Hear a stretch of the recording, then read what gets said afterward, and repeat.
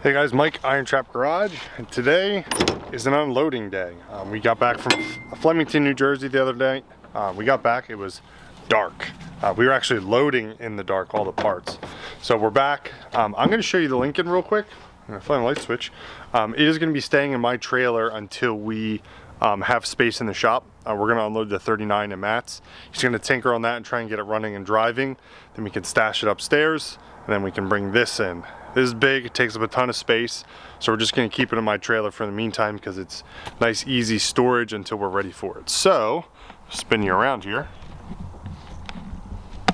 So here is the Lincoln. Surprisingly very good shape for being stored outside. The V12 does actually turn over. We checked it at the estate. Turns over by hand. We haven't done anything else but that. But as you can see, he was doing some interesting stuff. He was a bit of an electrical savant. Super solid car, has all the necessary parts. We actually found both door panels that are missing out of the car. The other fender skirts in there. The tops on it, which is good, which even has some fabric, which is interesting. We tried to show some of this stuff at the estate, but unfortunately, we had those mic issues. But it's got extra battery back here. I mean, the floor in the trunk is actually really solid. He had a bunch of totes in the back. They were actually holding water, but it was not leaking, so the trunk didn't get any water in it.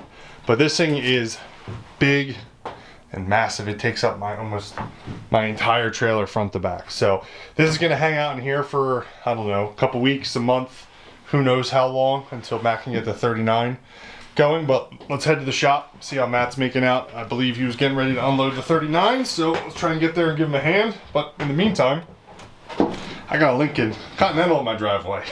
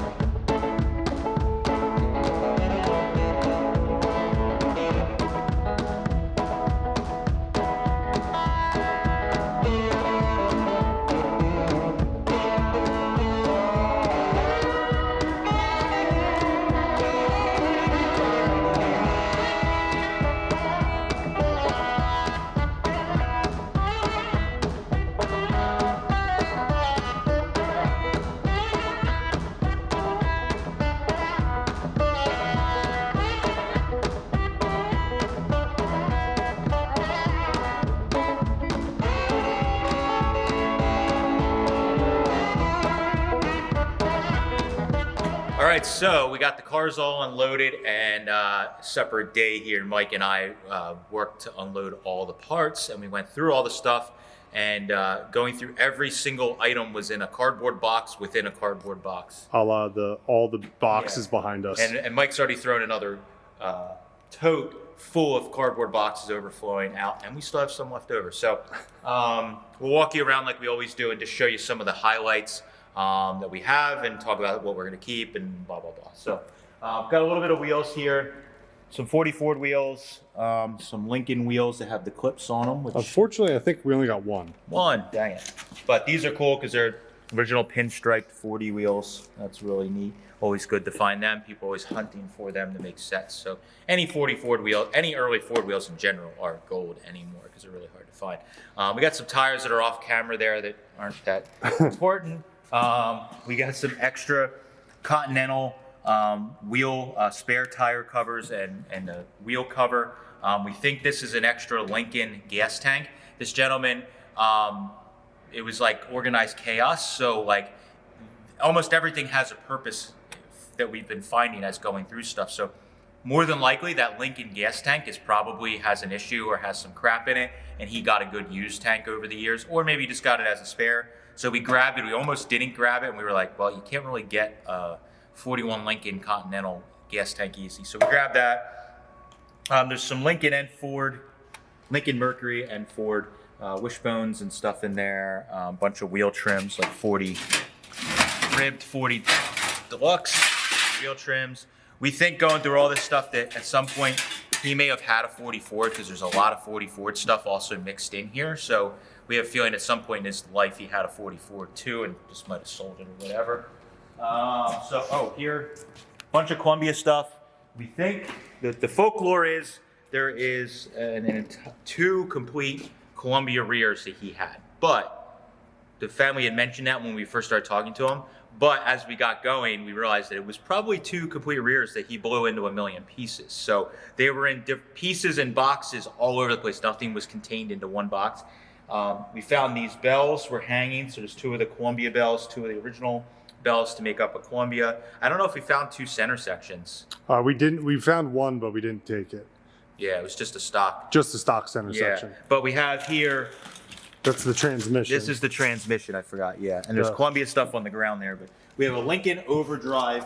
This is the Columbia parts. That's the Columbia, and then this here is a Flathead trans, but it's for Columbia Overdrive for a Lincoln. So some of the later Lincolns, instead of using a Columbia, they used this. I think this might have been a 41, a 48. Some Mercuries came with them as well. I was doing a little bit of research the other night. But basically this case is kind of special. It's got a 4-bolt pattern on the back that fits this, I think it's a Borg Warner overdrive on the back. So this overdrive kit, this is what you saw the mice jumping out of when we first opened it. I initially thought it was Columbia stuff and then quickly realized after the dust settled, the mice ran away. We were like, oh wait, this is for that trans. So that's really cool. Again, all taken apart. I think the main cluster gear is somewhere else in this mess of stuff. So we got to really go through and kind of decipher what he was doing and make sure that the correct parts go back together so we can either use them or sell them. So that's the overdrive stuff, really cool. We got, I mean, there's so much stuff. We were trying to decipher a lot. So this is Lincoln, this rear wheel fender spats. They're pretty rough, but he was... There's actually two sets. Yeah, two sets there. They would have been covered with some kind of like fabric or vinyl or whatever you want to call it, for lack of a better term. I think there's more Columbia parts. More Columbia parts, brake parts. These bins are just miscellaneous stuff. It's like interior, new parts, engine parts. That end tote down there we need to save. Yeah, the end tote's all Lincoln stuff until we get the Lincoln together or do an assessment of the Lincoln and see what we need, because a lot of parts were taken off the interior of the Lincoln, and we kind of found them, but me not knowing the Lincoln, or both of us not really knowing the Lincolns that well, we want to make sure we don't sell a part, and we're like, oh crap, that was the shifter handle for the Lincoln. So we'll have to go through all that before we start selling some of it. There's a bunch of original heater parts. He must have had a thing. The 39 Coupe has an original like accessory heater in it. There's a bunch of accessory heater stuff there. that's mixed in, some trim, like the nicest 40 dash I've ever seen.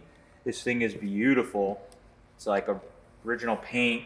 I believe it's a standard, but it's in really, really nice shape, complete. I'm trying to decide if I want to hold on to that or not. I'm having a little, as always, a little crisis with that one because I really don't need it. But I'm like, well, what if we find a 40 that needs a dash and it's cut up and this is the, you know. We got like 4 dashboards now, I think, total. Yeah, we could sell them and I'll keep them nice. There's I think a 40 radio in there, complete, which is pretty cool. I think these are there's Lincoln stuff all over. So I think these are Lincoln overriders and clock there. That's for the Continental. That's an extra set of window frames, which is pretty cool. Got to be hard to find. Again, more Columbia stuff here. Mixed. There's the gear set.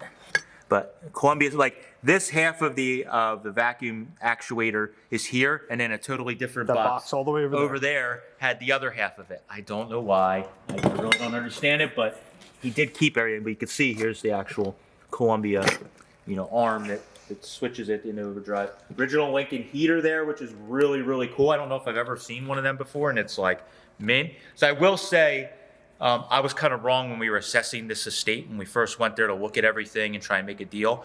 I was kind of assuming by the way he was scrounging it, for lack of a better term, or just using what he had, that he was going to have kind of crappy stuff that maybe he found in a junkyard on the side of the road, whatever. Not totally the case. I think earlier in his life he was buying decent stuff, probably going to swap meets. We saw some remnants of paperwork that he was putting ads in Hemmings, that he was looking for 3940 stuff and 41 Lincoln stuff. So he probably found some pretty nice stuff just doing that method. And a lot of the stuff was actually wrapped in like 60s newspaper. Yeah. So I don't know if he bought it all and it was shipped and wrapped up, but it's been wrapped up for a very long time. Yeah, we think we understand he lived in Wisconsin for a while, and even I think the last video you guys may remember, I noticed I had a little blurb where I noticed there was a Wisconsin like VIN tag number on the Lincoln, and there's a lot of signs of that. So I have a feeling maybe in the 60s he was living in Wisconsin, and then we understand in like the 80s he moved into that garage area. So probably got up and moved, and that's why all this stuff was packed so nicely, because he probably moved it all, numbered the boxes, and then when he moved into the garage, put them on the shelf, and they sat literally from like, who knows, 70s, 80s till we unwrapped them, which is pretty crazy. So, but he did have good stuff. Got a bunch of these, bunch of Flathead tools. These are cool. This is something that everybody needs. They're valve guide pullers. The KD valve guide pullers are really great. I already have one, so those ones are going to go for sale. There's some valve spring compressors specifically for Flatheads, and I think even for the big block Flathead, like the Lincoln Flathead. So there's a bunch of tools there. 40 Ford stuff, caps, accessory rings, some really neat overriders. I think these are actually GM. This overrider is killer, and he paid $5 for it. I'll give you $5 for it. No, I think they're going to be a little more than $5. No. And Mike and Pete found this. This is a Lincoln wheel that somebody like clear coated, and it's got like this heavy coat of clear coat that's like a lacquer clear, whatever, that they sprayed over it, I guess, to keep the wheel from falling apart. But it is really ugly now, so we need to, this is probably a good core for somebody to send away and get it redone, so that will be for sale, I think, maybe, because the car might have a really nice one, it might need a better one. Ton of tools, we've been getting in the last 2 states, a ton of original tools, so we're going to put together, we have like Model A, 32, and all the early V8. We have like probably toolkits for all of them. They're just thrown together in boxes. The Model A estate stuff that we got in Florida was like, there's 2 or 3 totes full of tools. Just all the tools that would go in the trunk of the cars. So we're going to start putting together sets and offering for sale. Don't email us and ask us for like 1936 spark plug wrench for the trunk of your car. Early 36 with the little whatever on it. Nerds, don't send us an email because we're not going to find it because we don't even know what the hell we have. So anyways, Lincoln stuff, tons of it here. Again, we're going to go through some of this. What the car is missing, we're going to put back on the car. We found these, which are cool, and somebody that's watching might know a little better. But We thought these were for like one of the vans sitting around, and then Pete kind of gave us a heads up that these might be under seat heaters. So they have areas for coolant to actually go in and out. And then there's a little fan here. So he was saying that some of the old cars, there was like accessory or aftermarket stuff you could put under the seat for a heater and it'll blow hot air up onto your ass, which is pretty cool. So with this guy having Lincoln stuff and some neat accessory stuff, we didn't want to leave it behind because this might be something pretty unusual. So we got to look into that some more. Mike found these standard, which is really hard to find.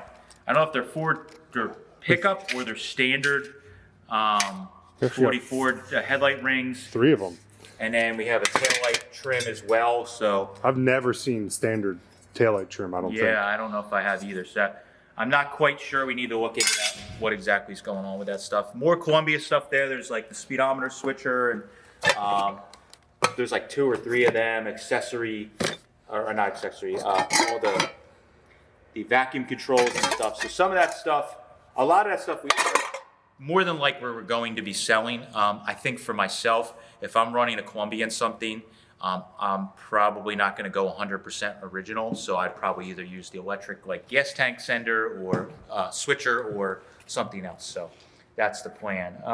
We got another one of these, which is, it's like I never had one in my life. We got one in Seattle and sold it. And now we have another one. This is an original 59 AB, so like 46 to 48 accessory electric radiator fan for Flathead. Kind of crazy. So this is an old electric, setup that had a little hub in it that, it would turn on and off with the thermostat. And we actually found in all the Ephemera the paperwork for how it works, the service paperwork. So that's super cool. So that will be going for sale. It's really neat, but not something that I need. This is all 40 Ford parts. Mike, those are the Lincoln grills that we found, that Mike found. These are the nice ones. Yeah, these are the nice ones. The junky ones we may try and offer up if somebody's trying to fix one, but not as exciting. We got these truck. We think they're truck. We're not sure. I actually realized we got one of these at another estate recently, and I didn't know what it was till yesterday. Yeah, so these are like new old stock from what it looks to be, and they're Ford. They actually have the Ford logo there. Heavy duty air cleaner. So we think they're like big truck, but again, with him getting accessory stuff, he didn't really have any Ford big trucks of this early V8 era. So we don't know if maybe this was an accessory for some of the Ford cars or something that you could put a heavy duty air cleaner, but more than likely my guess is that it's truck air cleaner. If we could find a part number on it, I have a lot of old parts books. We could probably look it up and see what the application is, but we got 2 of these like brand new, which is really, really neat. So that's pretty exciting. Now, we got this is cool. I'll pick this up. This is a Ford. Hey, yeah, if you can take my coffee, thank you, sir. This is a Ford engine-operated tire pump. So it's a Ford accessory. You would take out a spark plug in your engine, and then you'd run this cord back to your tire and run your engine on 7 cylinders. And then you could air up your tires with the compressed air, obviously, that comes out of your engine. Engine's essentially an air pump. So there you go. So that's cool to find it in the Ford box. You paid $10 for it back in the day. I imagine it's worth a little more than $10, but I don't think they're like super high dollar items, but it's just like a neat. In the box, has the correct Ford gauge in it and all that stuff. Like I found this. I'm going to probably hold on to this. This is a Judson. They call it electronic magneto, but it's essentially just a fancy coil. So we're probably going to hold on to this. Judson was a local company. Started out in Collegeville area and then went to Conshohocken outside Philadelphia. So I'm going to keep this probably just to put on display. We'll see if it works. But we also got the original manual for it as well that we found in the Ephemera. So that's really cool. So speaking of Ephemera and collectible stuff. So much. And we saved, I don't even think we saved all of it. We saved a lot of it, but there was just, this guy was buying like Life magazines and cutting every single Ford, Mercury, Lincoln advertisement out of them and putting them in plastic sheets. And I think there was 3 suitcases we left behind. Yeah, there was suitcases full. I think the family kind of took some of that stuff home. We always have to think about us moving it, the value, and and how quick it's gonna, we could pass it on or sell it. And unfortunately, there's not a lot of people that are collecting single page advertisements cut out of it. It was a thing years ago, but it's not as popular. And there's a million people on eBay trying to sell the same exact thing. So we saved a lot of it, but we couldn't save it all. License plates, that's my little talk there. License plates we have a ton of. He apparently was collecting 3940 World's Fair stuff. So there was a ton of these license plates in here in all different conditions and numbers. So if you're interested or you ever wanted to own one, we have from mint all the way to crappy. So we could fit every price range just about with this stuff. So we're going to go through those. We got some at one of the other estates as well that we need to sell. But just a neat item. Bunch of models, these model kits. 44, there's two Lincoln ones there. There's a couple more floating around. But he had all this super cool ephemera. We don't know if this is original or old reproduction, but there's two of these. 39 World's Fair ashtray with a Ford on it. These were really cool. I might hold on to some of these. Henry Ford stamps. I don't know when these were made exactly, but I guess you could, from the post office get Henry Ford's face on a stamp. We got this. And when there's one, there was 7. There's so many books he has quadruples of. But there's just all this World's Fair stuff that's floating around. Bunch of really cool books. Mike has to go through this, and we have to get this kind of coordinated. There's records, original Ford records there that you would have had in a dealership, and they would have played on the record player over the, probably over the dealership, and the new 39 Ford, it's great. You should buy it now. We gotta bleep that out. Yes. Anyways, this is my favorite thing out of the ephemera so far. We were gonna sell this, and then I fell in love with it instantly. So this is, he paid a bit of money for this because there was a price tag on this. He must have got a swap meet or something, but it says for the quality group. And this thing has, the pictures that are in this are incredible. I'll just skip ahead to, there's all these pictures that I've never seen, before that are in here of, illustrations. There's the Mercury, 39 Merc.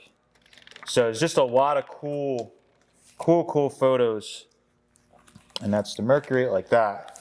Amazing. Imagine getting paid to drive a Lincoln Zephyr. So there's all these cool, there's everything from cars to trucks in here. Oh, here's that photo that I love. Oh, yeah. This one's my favorite we've seen so far. So this book, I've never seen it before. I mean, back in the day, he paid, I don't know, $100 or something. No, there's $380 was the price on it. Holy moly. I'll give you $0. Please set that down carefully. So this is going to go into my library. It's super cool. Even just to look at the photos and take photos of them. It has accessories all the way in the back too, which is really neat. I can't wait. So this is going home with me. We got some Lincoln Continental books there that I don't even know what this one is. We're going to look through it, but this might be, it might just be a book about the Lincoln Continental. So, and then we got some original, we get these at a lot of states. I have one, we pass them on. This will be for sale. The Ford Green Bible, so if you're into early Fords, this is what you need. It has all part numbers, it has the blow-ups of how things go together, all that kind of stuff. This is what you need. The internet is great, but it doesn't have all that stuff. And having that, you can literally, like we were just on a page, it shows you the length of the shackles and what years got what shackle length. So if you're really nerdy, you need to invest in one of those. It's super helpful. But these they're not that expensive either. They're worth the $50 that they cost. Yeah, is that it? Yeah, they're only like $50. Dang. I think I paid, I don't know. I feel like I paid more than that at an auction for my first one because I didn't know anything. Yeah. Anyways, we got these, which are essentially the Lincoln Green Bible, the Black Bible. Sounds way cooler. Yeah, it does sound really cool. Black metal Bible. Anyways, this one's 41, specifically body parts. This one is 36 to 48 chassis parts catalog. So I'm gonna hold on to these for our collection because again, you can't get all this information on the internet. So when we get parts in, having these books is really handy because sometimes we can identify it, or if we see the part number, we can look it up in here and figure out exactly what it fits and all that kind of stuff. So very helpful. So I'm shopping as we're doing this video. These are mine. And we got... These are organized by make. So this is all Ford ones. These are all Lincoln ones. Well, this is all books. Yeah. So this is all the repair manuals, like the supplemental. So this is rear axles for Ford trucks. Generating and starting system for Ford. repairing V8 engines. These are all factory repair manuals, but he has like there's 2 of the same one. Yeah, there's a lot of doubles in that stack. Oh, this is the Lincoln stack here. That's also manuals for Lincolns. So we're going to be going through a lot of this and selling this stuff. We think it's important to save this stuff, even though it's not worth a lot of money. We've been realizing that a lot of these estates we go to, the families are literally like, we're going to throw it in the trash if you don't take it. So this stuff, especially this estate, the building was kind of really rough and it was leaking water on. Literally, some of these boxes were wet when we were finding them. So if he didn't have every single piece in a plastic bag, some of this stuff probably would have been wrecked. And we want to get this stuff sold. So we're going to be skimming a little bit for ourselves off the top, and then we're going to be putting these on our website, on our eBay, and also Mike's listing these periodically, mixing them in on Instagram. The stuff is not really that expensive, and if you're into the Ford, Mercury, Lincoln stuff, there's even some Buick stuff. It's super cool to have it, even to have on a shelf or on a coffee table type deal, or start your own library. There's a wealth of knowledge in this stuff. That's my sales pitch. But doing our part to try and save some of this paper stuff, which is really important, I think. So I think that's all the parts. What'd you keep for yourself? Probably one of the coolest things we found. I don't know if it actually made the edit for the video. I don't think it was actually shown on video. I think that little room was so tight, it was hard to set up a camera and film as we were pulling stuff. So the one little area next to where the Cadillac was, there was a shelf that Mike had found that was all numbered boxes. And as soon as we figured out the formula that the numbered boxes were car stuff, it was easy to zero in on it. So Mike found a shelf racking that was full of numbered boxes. And as we were digging, there was a wooden fruit crate, old-time fruit crate, and Mike was cleaning stuff off, and then he walked away to take some stuff to our pile, and it was kind of heavy, and I slid it off the shelf a little bit, opened the top, and I was like, holy crap, that looks like a piece of a McCullough blower. And I was like we were doing, it was just like, okay, it's good, let's put it on the pile and save it and keep moving. We had so much to handle. So once we bought everything, made the deal on all the stuff pretty much already ahead of time. Once we got it all home, I opened up the crate and realized that it was a 1937, which is like the first year of McCullough Flathead blowers. So it was a 37 McCullough blower, and the reason it looked kind of odd was because the later McCulloughs used its own intake manifold, and these ones look a little different than the 38s and 9s, and it threw me off a little bit. And it's actually, the blower unit itself, it's missing the pulleys and the tensioner and all the extra stuff, but it's there, it's in decent shape. The family was telling us that he pretty much was a self-proclaimed, purist, original guy, so they weren't really sure, or he didn't even remember having this. So I skimmed that for myself. That's super cool. We got some photos of it. We'll drop in here of it sitting in the crate, and I have that up in my collection already. Mike found a really cool banner in the bedroom. We found a bunch of this stuff, and in the closet, Mike found a tube that was like an old mat tube or something. Opened it up, and there was an original 1939 silk dealer banner that's advertising the new 39 Ford.